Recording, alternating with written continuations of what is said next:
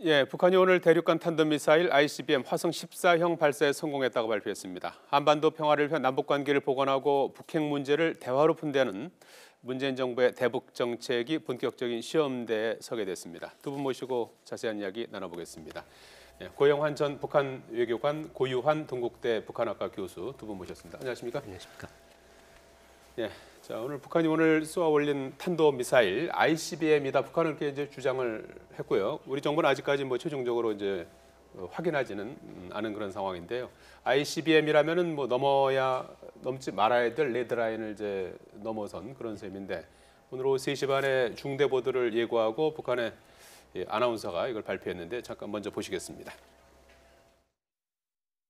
대륙간 탄도로켓 화성 14형 시험 발사 성공! 대륙간 탄도로켓 화성 14형은 저체 106 2017년 7월 4일 오전 9시 우리나라 서북부 지대에서 발사되어 예정된 비행 궤도를 따라 39분간 비행하여 조선동해 공해상에 설정된 목표 수역을 정확히 타격하였다. 시험 발사는 최대 고각 발사 체제로 진행되었으며 주변 국가들의 안전에 그 어떤 부정적 영향도 주지 않았다. 대륙간 탄도로켓은 정점 고도 2802km까지 상승하여 933km의 거리를 비행하였다. 예. 지금 들으신 것처럼 북한은 ICBM 발사를 이제 성공했다 이렇게 주장하고 있지 않습니까? 네. 그 뭐 기준이 어떻게 정해져 있는 게 있습니까? 뭐 국제적으로 통용된 기준이 딱 어느 나라는 어떻다 이렇게 기준되어 있는 것보다도 뭐 중국 사람들은 방금 전에 이야기한 거는 8,000km 이상을 ICBM으로 본다. 그리고 예. 미국 사람들은 5,500에서 6,000km를 본다. 이렇게 조금 차이가 있는 것 같은데 예. 어쨌든 ICBM 급인 것만은 사실인 것 같습니다. 예. 북한의 그 미사일이 뭐 한 10여 가지가 된다고 하는데 오늘 시험한 미사일은 어떤 종류의 거라고 봐야 되는 겁니까? 그러니까 북한이 이제 스커드 유명한 예. 스커드 미사일이 있고 스커드 ER이 있고 그다음에 노동 미사일이 있고 무수단 미사일이 있고 대포동 미사일이 있고 예. 미사일 종류가 많습니다. 근데 예. 오늘은 대포동 2형의 어떤 개량형이 아닌지 새로운 미사일을 시험해 본 것은 틀림이 없는 것 같고 이 사거리가 좀 더 늘어난 것은 틀림없는 것 같습니다. 예. 거리에 따라서는 어떻게 되는 겁니까? 지금 한 오늘 발사한 그 북한의 그 ICBM 미사일이 맞다고 한다고 하면 네. 최소한 이제 5,500km에서 8,000km 이상 이제 날아갈 수 있는 미사일 아니겠습니까? 그렇죠. 예. 그렇게 보면 ICBM이라고 말할 수 있는 거죠. 그러면은 어떤 미국을 갖다가 어느 그렇죠. 하와이, 사정권을 할 수 있는 겁니까? 알래스카 정도는 충분히 타격할 수 있는 거리라고 봐야 될 것 같습니다. 예, 예. 자, 고희영 교수님, 네. 오늘 사실 문재인 정부 들어와서 사실 그동안 탄도미사일 시험 발사를 계속 하지 않았습니까? 거의 네, 뭐 네. 일주일에 한 번씩 하다가 네. 최근간에는 한 달 동안 조용하다가 네. 갑자기 오늘 ICBM 발사 시험을 네. 했다는 거 아니겠습니까? 네. 이걸 어떻게 봐야 되는 겁니까? 대선 국면에서는 미사일 시험 발사를 좀 자제했었죠. 예. 그리고 이제 미뤄뒀던 것을 대선 이후에 이제 종류별로 오늘까지 6차례 예. 시험 발사를 했는데요. 그것은 결국 그 연초에 김정은의 신년사에서 예. 대륙간 탄도 미사일 시험 발사가 마무리 단계에 이르렀다. 곧 이제 그 발사할 수 있는 정도의 기술 수준을 갖고 있다고 선언을 했던 것이죠. 예. 그러니까 지금 그 자기들이 내걸고 있는 스케줄에 따라서 제갈 길을 가고 있다 이렇게 봐야 할 것 같고요. 예. 그러니까 지금 이제 그 북한의 공식 발표 내용으로 보면 ICBM급일 것 같고 또 우리가 관측한 걸로 봐도 이게 이제 고각으로 쏠 수밖에 없죠. 왜냐하면 인접 나라의 영해로 떨어질 수도 있기 때문에 이지로 이렇게 떨어지도록 그 고각 발사를 한 것 같은데요. 그러니까 과거에는 이제 대륙간 탄도 미사일이라고 한다면 특히 이제 미소 간의 냉전 시대에 미국과 소련 사이에 그 서로 공격할 수 있는 거리를 아마 기준으로 삼았을 겁니다. 예. 그러니까 이 북한과 한정지어서 봤을 때는 북한이 미국을 타격할 수 있는 거리냐, 그게 이제 기준으로 아마 봐야 될 것 같고, 예. 또 하나는 그러려면 이제 대기권 재진입 기술이 있어야 되는데 예. 두 차례 지금 실험에서 재진입 기술을 보여줬습니다. 예. 지난번에 5월에 있었던 화성 12호에서도 재진입이 이루어졌고 이번에도 사거리를 좀 늘려서 화성 14호라는 미사일 형태로 재진입 기술을 보여줬기 때문에 예.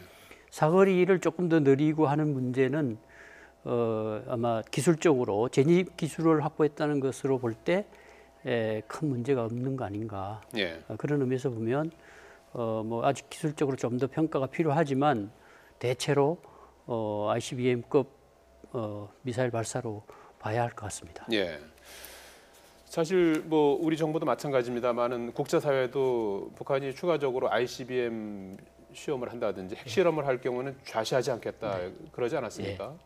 왜 그 기준선을 왜 거기 그렇게 둔 겁니까? 그러니까 핵 무기를 탄두에 장착을 해서 예. 미국까지 갈 수 있는 미사일을 만드는 경우가 레드라인이다. 예. 이제 흔히 그렇게 이야기를 해왔는데 뭐 북한이 이번에 미사일 쏜 거는 예를 들어서 그런 것 같습니다. 그러니까 한미 정상회담 결과를 주시를 했을 겁니다. 예. 그래서 30일 날 새벽에 한미 정상회담 공동 성명이 나왔는데 예.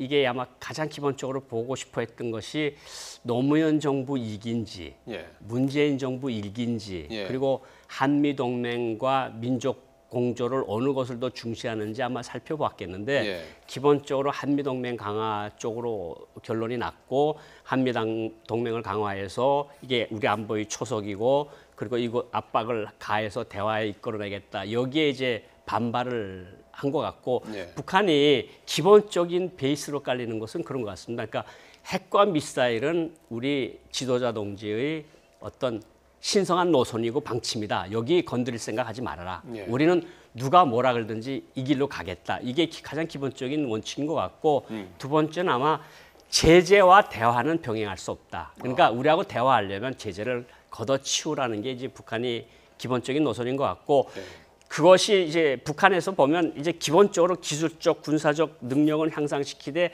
날짜 택이라는 것은 나름대로 기일을 택합니다. 예. 그러니까 날짜 숫자가 좋은 날짜인지 그리고 예. 뭐 물론 기상 조건도 보겠지만 지금 미국으로 보면 독립기념일 날 새벽에 7월 4일 쏜 거나 오늘 마찬가지거든요. 그러니까 독립기념일이죠. 예. 한미동맹 강화라는 것을 봤고 이것이 어떤 이 정부의 어떤 기조라고 봤을 때 우리가 충분히 우리 의지를 보여줘야 될 것 같다. 그러니까 문재인 대통령이 들어서서 사실 선의 악수를 내민 거 아니겠습니까? 예. 대화를 하자. 예. 뭐 거기에 이제 주목을 내민 거나 똑같은 의미라고 볼 수 있겠죠. 예. 지금도 말씀하셨습니다만은 북한의 미사일 발사, ICBM 발사 시점이 이제 상당히 궁금한데 한미 정상회담 직후고요. 그다음에 오늘이 미국의 독립기념일이고 또 주요 20개국 정상회의가 독일에서 또 열리지 않습니까? 모레부터. 이런 그 시점을 택한 이유는 뭐라고 보십니까? 일단 뭐 제 갈 길을 간다는 기본 목표는 뭐 원칙적으로 정해져 있었던 것 같고요. 예. 그 이제 속도 조절은 정세에 따라서 해왔던 것 같은데요. 그래서 그동안 이제 미뤄뒀던 것을 문재인 정부 출범 초기에 이제 여러 종류를 하고 마지막 남은 ICBM의 경우는 정세를 한번 관망하다가 결국은 앞서 고영원 위원님 말씀하신 것처럼 한미 정상회담에서 북한이 기대한 만큼 어떤 대화의 국면이라든가 포괄 협상의 가능성 뭐 이런 것이 보이지 않으니까 예. 최대 압박 쪽에 무게 중심이 모여지고 한미 동맹과 한미일 그 협조 이 공조 이런 부분이 강조되니까 G20 이 정상회담을 앞두고 예. 자기들의 이제 능력을 최대한 끌어높인 다음에 사실상 이제 비핵화 협상은 물 건너갔다는 아마 신호일 것 같습니다. 예. 이제는 뭐 자기들이 가질 수 있는 핵 미사일 고도화에 매진해서 억제력을 갖추고 그런 전략적 지위에 맞는 관계 설정을 하겠다. 예. 그런 방침이 선 것 같습니다. 예. 그래서 뭐 더 이상 제재가 더 강화된다 하더라도 현재 제재도 상당히 강한 제재를 받고 있기 때문에 예.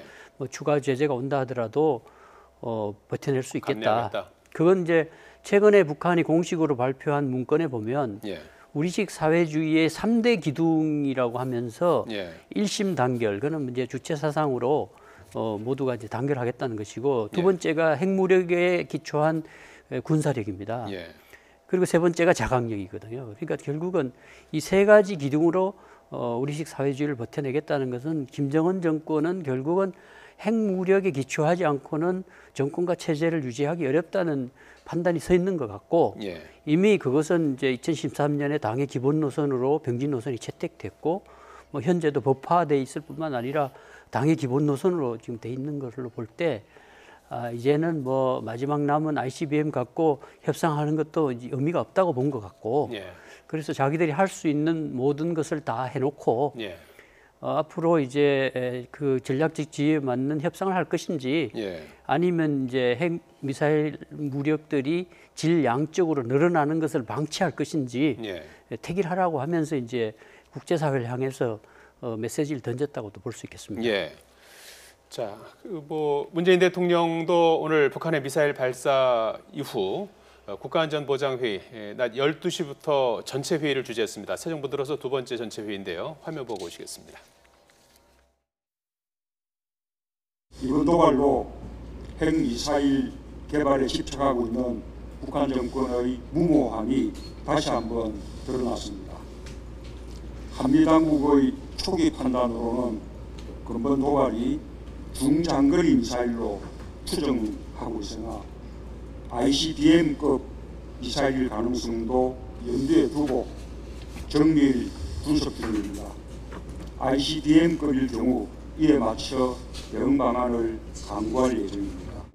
우리 정부는 공고한 한미동맹을 바탕으로 한미 연합방위태세를 굳건히 유지하는 가운데 국제사회와 협력하여 북한의 도발에 단호히 대응해 나갈 것입니다. 예, 앞서서 우리가 사실 뭐 어떻게 보면 대화에다 방점을 찍고 이렇게 대화의 어떤 주도권을 이제 가져가려는 그 차제에 북한이 주먹을 이제 찔렀다는 이제 표현을 쓰셨는데요. 우리 정부로서는 어떻게 대응을 좀 해야 된다고 보십니까? 뭐 지금 대통령께서 말씀을 하신 방향이 옳은 방향인 것 같고 예. 뭐 나쁜 행동에는 뭐 이제 보상이 없다. 뭐 이것이 가장 기본적인 방침일 것 같고 이제 고 교수님께서도 말씀을 하셨는데 예. 북한의 의도는 명백한 것 같습니다. 그러니까 핵과 미사일로서 우리 체제를 지키고 뭐 가능하면 이제 한반도 통일도 이루겠다. 그리고 미군의 한반도 증원을 막아내겠다. 이런 기본적인 틀인데 여기서도 또 가장 기본적인 것으로 보이는 것은 뭐냐면 북한이 우리의 핵 전략, 우리 전략적 지위를 인정을 하라. 예. 우리는 이미 당신들이 뭐라 그러든지 간에 핵 보유국이고 예. 핵 보유국의 입장에서 우리하고 협상을 하든지 예. 우리하고 전쟁을 하든지 아니면 우리 핵무력이 계속해서 강화되는 것을 보겠는지 예. 그건 너희들이 택일을 하라. 이런 기본적인 노선을 북한이 계속해서 취해 나갈 것 같고요. 예. 뭐 우리 정부로서는 지금은 당장은 어쨌든 대화 분위기는 아니고 또 미국 분위기도 또 원비어라는 청년이 또 북한 가서 또 사망해서 돌아와서 분위기도 안 좋은데다가 저렇게 또 ICBM급 미사일을 쐈으니까 미국 분위기는 또 굉장히 달아오를 거고 또 국제사회도 마찬가지일 거고 그러면 우리로서는 당장은 제재로 어떻게 문제를 더 해결할 수 있겠는지 아마 여기에 더 방점이 찍힐 것 같고 예. 아마 중국의 역할론이 조금 더 예. 부상하지 않을까. 그러니까 뭐 중국 사람들하고 뭐 일단 이야기를 해보면 뭐 자꾸 우리 보고 자꾸 큰 역할 하라는데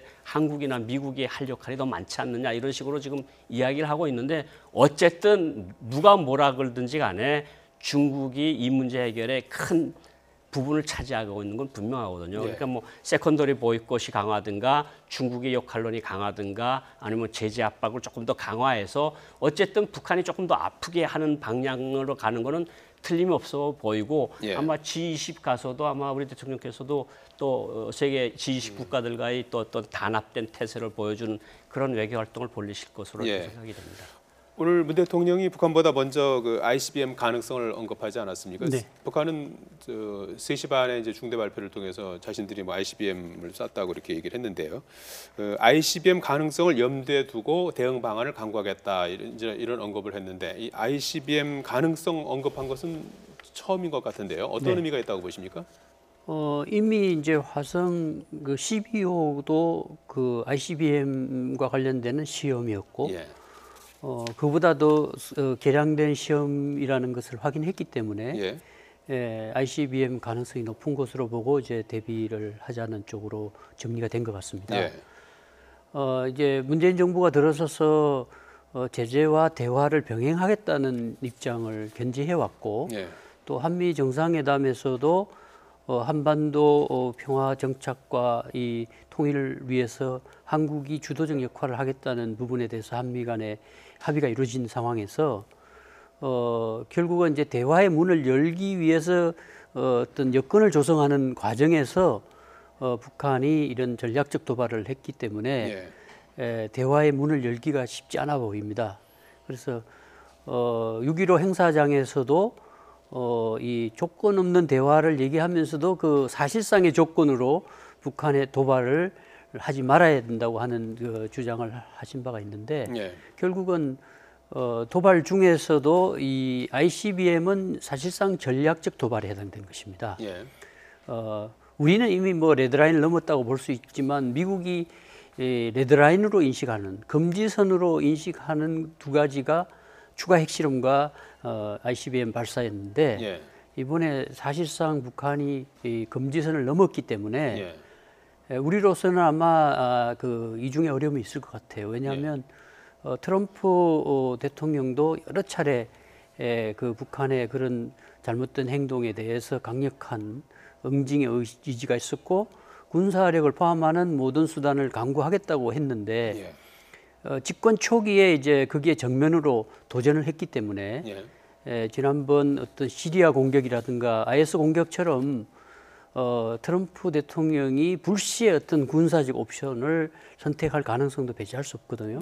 그러니까 그런 부분에서 한반도의 전쟁은 또 우리로서는 용인할 수 없는 부분이고 그런 부분에서 지금 북한의 미사일 또는 핵 능력에 저지도 해야 되고 또 미국의 그런 어떤 군사적 사용 부분에서도 독자적으로 나가는 데 대해서는 일정한 또 우리가 역할을 해야 되는 부분이 있고 그래서 이 집권 초기에 상당한 어떤 그 외교적 시험대에 올랐고 위기 관리에서도 매우 중요한 시기에 접어들었다 이렇게 볼 수 있을 것 같습니다. 앞서서 그 그래픽으로 잠깐 보셨습니다만은 트럼프 미국 대통령도 그 북한의 ICBM 발사 이후에 트위터에 글을 올렸는데요.